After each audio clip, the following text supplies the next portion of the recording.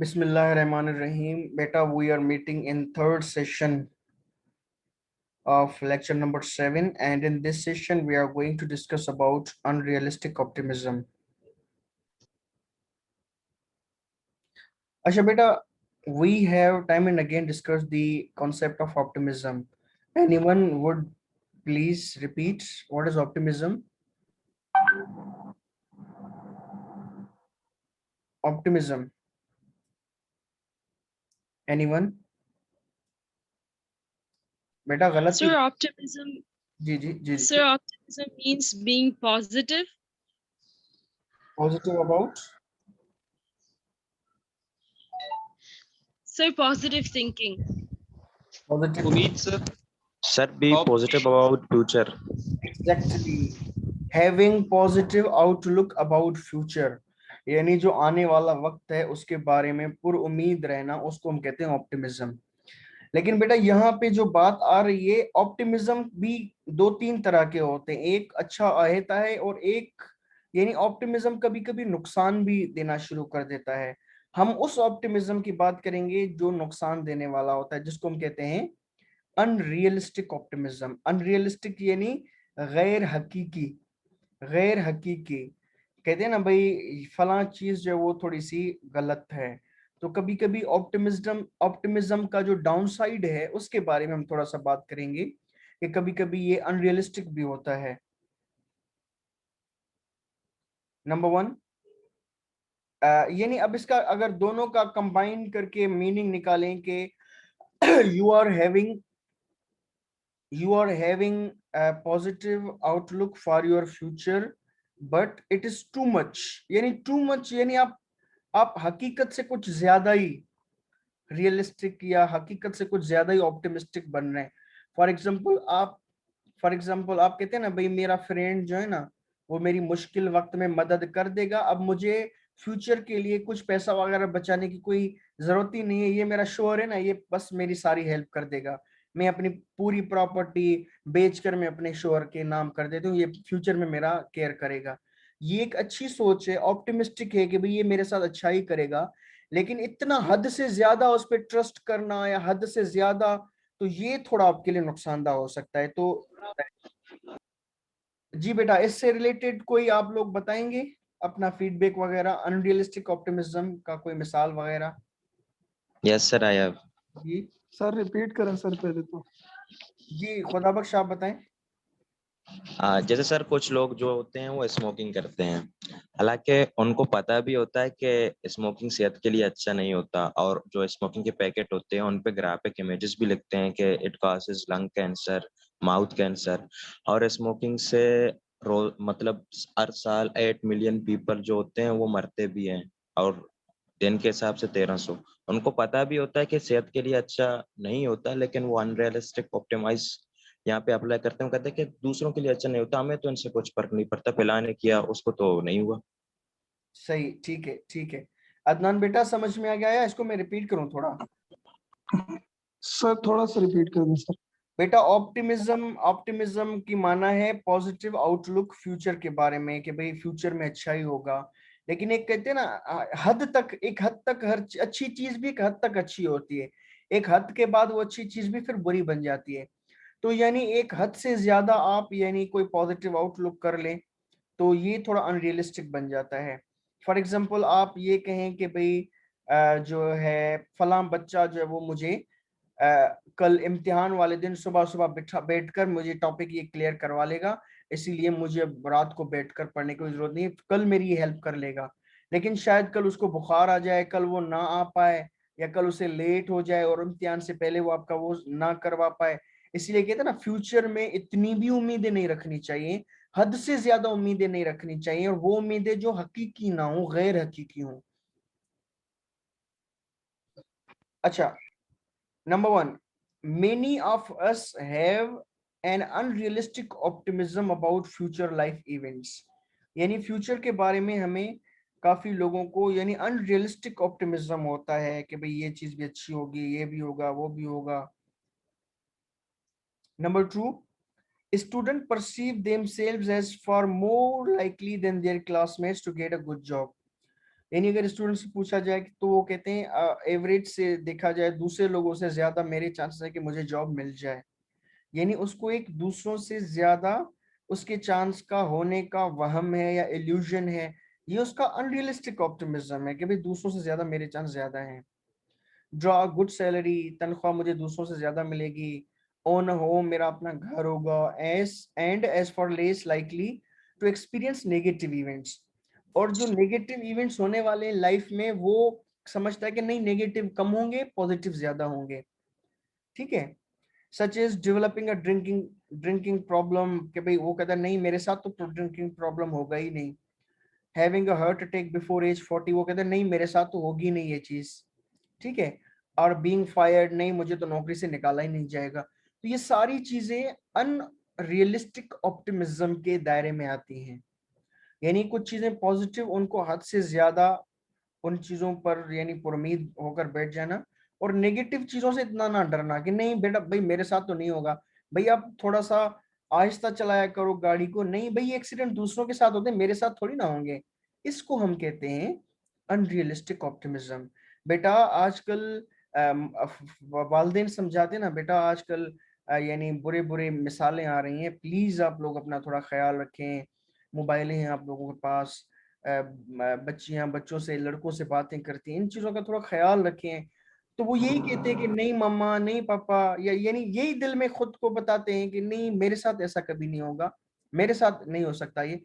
तो ये होता है अनरियलिस्टिक ऑप्टिमिज्म के फ्यूचर में होने वाले नेगेटिव इवेंट्स जो बड़े खतरनाक हैं लेकिन आपको आपकी मासूमियत की वजह से वो खतरनाक नहीं दिख रहे होते, उनको हम कहते हैं अनरियलिस्टिक ऑप्टिमिज्म। नंबर 3, इन स्कॉटलैंड, बेटा स्कॉटलैंड में एक रिसर्च की गई, मोस्ट लेट एडोलेसेंट्स, बेटा लेट एडोलेसेंट्स यानी जिनकी उम्र एडोलेसेंट की तो वैसे 9 10 11 से लेकर 18 20 तक होती है, लेकिन लेट एडोलेसेंट्स यानी 14 15 से लेकर 18 20 तक, ये जो एज कैटेगरी है उसको लेट एडोलेसेंट्स कहते हैं। तो most late adolescents think they are much less likely than their peers to become infected by the AIDS virus। बेटा एक एड्स वायरस है जो कि अक्सर सेक्सुअली ट्रांसमिटेड वायरस होता है।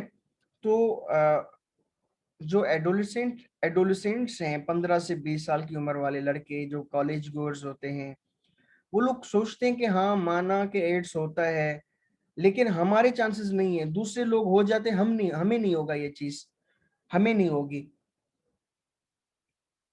नंबर 4, अच्छा बेटा इसको इसको हम क्या कहते हैं, ये बड़ा इंपॉर्टेंट कॉन्सेप्ट सामने आया है और इसकी आप लोगों ने मुझे मिसालें भी देनी है ताकि मैं भी समझ जाऊं कि आप लोगों को समझ आ गया है।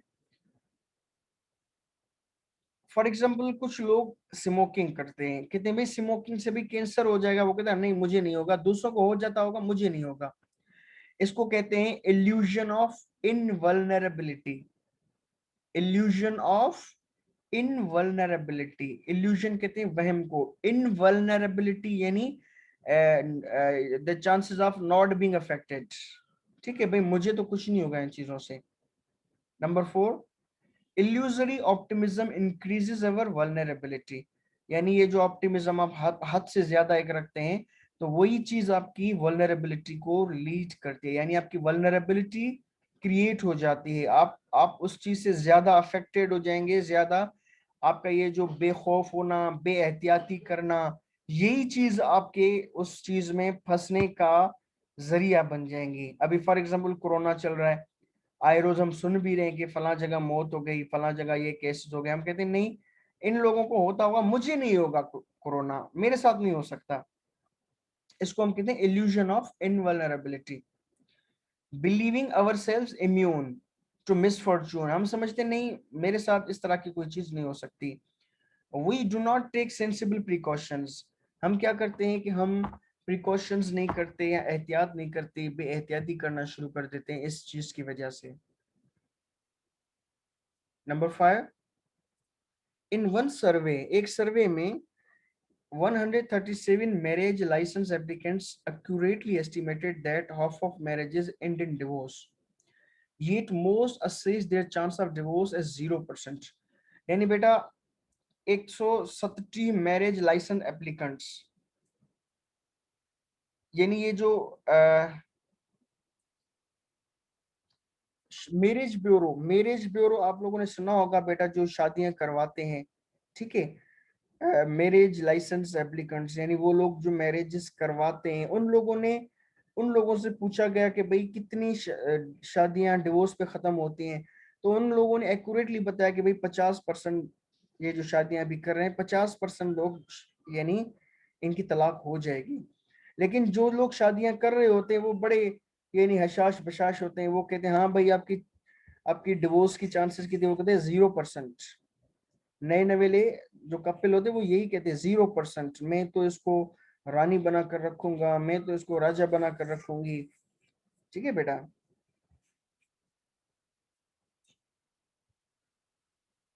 अच्छा बेटा, एक फैंटेसी रोमांस, इसके बारे में अशफाक अहमद ने एक बात बताई है कि एक बंदे के लेटर्स थे, यानी वो बड़े मशहूर हुए लेटर अदब में, वो अपने बीवी को लिखा करता था लेटर्स, बहुत मोहब्बत भरे। तो अशफाक अहमद कहते हैं मैं और मेरी वाइफ ने जब इनके लेटर्स पढ़े, पब्लिश हुए, उसके बाद हमने पढ़े, हमने रिस्क लिया कि भाई इतनी मोहब्बत कोई अपनी बीवी से कर सकता है, इतनी मिठास उसके लफ्जों में बीवी के लिए। उसने कहा कि कुछ अरसे के बाद उस बीवी से मिलने की चांस हमें मिला और हमने उसको कहा कि भाई हम तो बड़ा रिस्क करते हैं आप लोगों की मोहब्बत पे। उसने कहा कौन सी मोहब्बत है, हमारी तो तलाक हो चुकी है। तो आपने देखा कि शुरू में इस कदर मिठास होती है, मोहब्बत होती है, दुनिया रिश्क कर रही होती है, लेकिन बाद में क्या हो जाता है आपको खुद को भी अंदाजा नहीं होता कि ये चीज हो सकती है। तो इस चीज का यानी कोई चांस ही माइंड में ना रखना कि भाई ये चीज भी हो सकती है, इसको हम कहते हैं अनरियलिस्टिक ऑप्टिमिज्म। अच्छा, number 6, students who are overconfident tend to underprepare. यानी वो स्टूडेंट्स जो ओवर कॉन्फिडेंट होते हैं, वो स्टूडेंट जो ओवर कॉन्फिडेंट होते हैं टेंड टू अंडर प्रिपेयर, यानी वो फिर इतनी तैयारी नहीं करते। आप कहते हैं ना भाई फला सब्जेक्ट के लिए तैयारी करो, कहते हैं नहीं इस सब्जेक्ट में तो मेरे हमेशा 80-90 नंबर आते हैं, मुझे तो इस सब्जेक्ट की तैयारी करने की जरूरत ही नहीं है। इट मीन्स उस बंदे ने इन चीजों को अंडर एस्टिमेट कर लिया और वो यही कह रहा होता है कि भाई नहीं मैं तो इस एग्जाम में फिर 80 नंबर ले लूंगा। बेटा, ऑस्ट्रेलिया और जिम्बाब्वे का मैच था। ऑस्ट्रेलिया के एंड्रू साइमंड्स प्लेयर थे, वो लोग जिम्बाब्वे से मैच हार गए। जब तहकीकात हुई तो ये बात बताई गई कि भाई एंड्रू साइमन ने कहा कि अब जिम्बाब्वे वालों की टीम के लिए भी हमें ट्रेनिंग की जरूरत है, कोई जरूरत नहीं, बैठ जाओ हम इनसे वैसे ही जीत जाएंगे। तो ये था उनका अनरियलिस्टिक ऑप्टिमिज्म।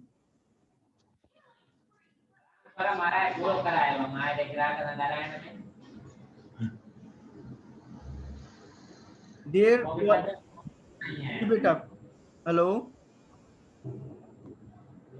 हेलो, सर आ रही है सर, आवाज आ रही है। जी जी बताएं। बस यार आने बदली कहें तो लटे नहीं सबर का सर ये किसी का माइक ऑन है सर। एहसान है जी। अच्छा चले ठीक है बेटा, अब हम आएंगे students who are overconfident tend to underprepare. जो स्टूडेंट्स कॉन्फिडेंट ओवर कॉन्फिडेंट होते हैं वो तैयारी नहीं करते। They're equally able but more anxious peers, fearing that they are going to bomb on the upcoming exam, study furiously and get the higher grade।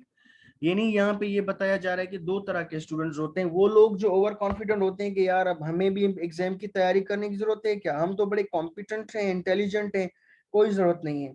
लेकिन उन उन जितने दूसरे इक्वली कॉम्पिटेंट होते हैं जो ओवर कॉन्फिडेंट नहीं होते, वो बेचैन होते कि नहीं भाई कोई कुछ भी एग्जाम आ सकता है, कुछ भी तरीका आ सकता है, हमें तैयारी लाजमी है। तो वो जो बेचैनी दिखाते एग्जाम के लिए वो अच्छे नंबर ले लेते हैं, जो ओवर कॉन्फिडेंट होते हैं वो फेल हो जाते हैं। द मोरल, यानी मोरल क्या मिलता है हमें इस चीज से? Success in school and beyond requires enough optimism to sustain hope. यानी हमें जो है वो ऑप्टिमिज्म की जरूरत है। अगर हम पुरुमीद नहीं होंगे तो हम आगे चल ही नहीं पाएंगे। यानी कामयाबी के लिए ऑप्टिमिज्म का होना लाजमन है, लेकिन and enough pessimism to motivate concern, यानी थोड़ा बहुत हमें पेसिमिस्ट भी होना चाहिए। पेसिमिस्ट यानी we should not overrule the possibility of negative events, कि भाई मैं फेल भी हो सकता हूँ, भाई तलाक भी हो सकती है, ये चीज भी हो सकती है। हम वो नेगेटिव चीजें रखते ही नहीं है सामने, उनको भी रखना चाहिए कि भाई ये चीजें भी पॉसिबल हैं, तब जाकर हम अपनी लाइफ में कुछ रियलिस्टिक डिसीजन ले पाएंगे। जी बेटा, कोई सवाल, कोई फीडबैक, क्या सीखा इस पॉइंट में, इस सेशन में? अस्सलाम वालेकुम सर।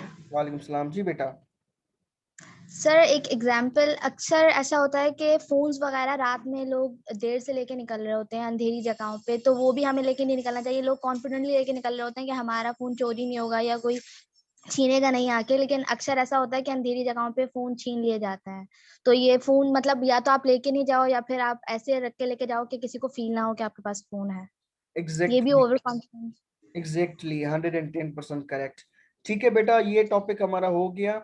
अभी हम इंशाल्लाह ताला, बेटा अभी आप लोग यहाँ पे देख रहे हैं, 2 टॉपिक छोटे छोटे और रहते हैं, ठीक है, false consensus and self esteem motivation. तो बेटा आप इन दोनों के हम छोटे छोटे अलग अलग सेशन करेंगे, ताकि जब आप लोग इनको प्रिपरेशन के लिए तैयारी करें तो आपको इजी हो जाए। आप एक पोर्शन के लिए एक अलग वीडियो आप लोगों को मिल जाए। ठीक है बेटा, सी यू आफ्टर 3 मिनट्स।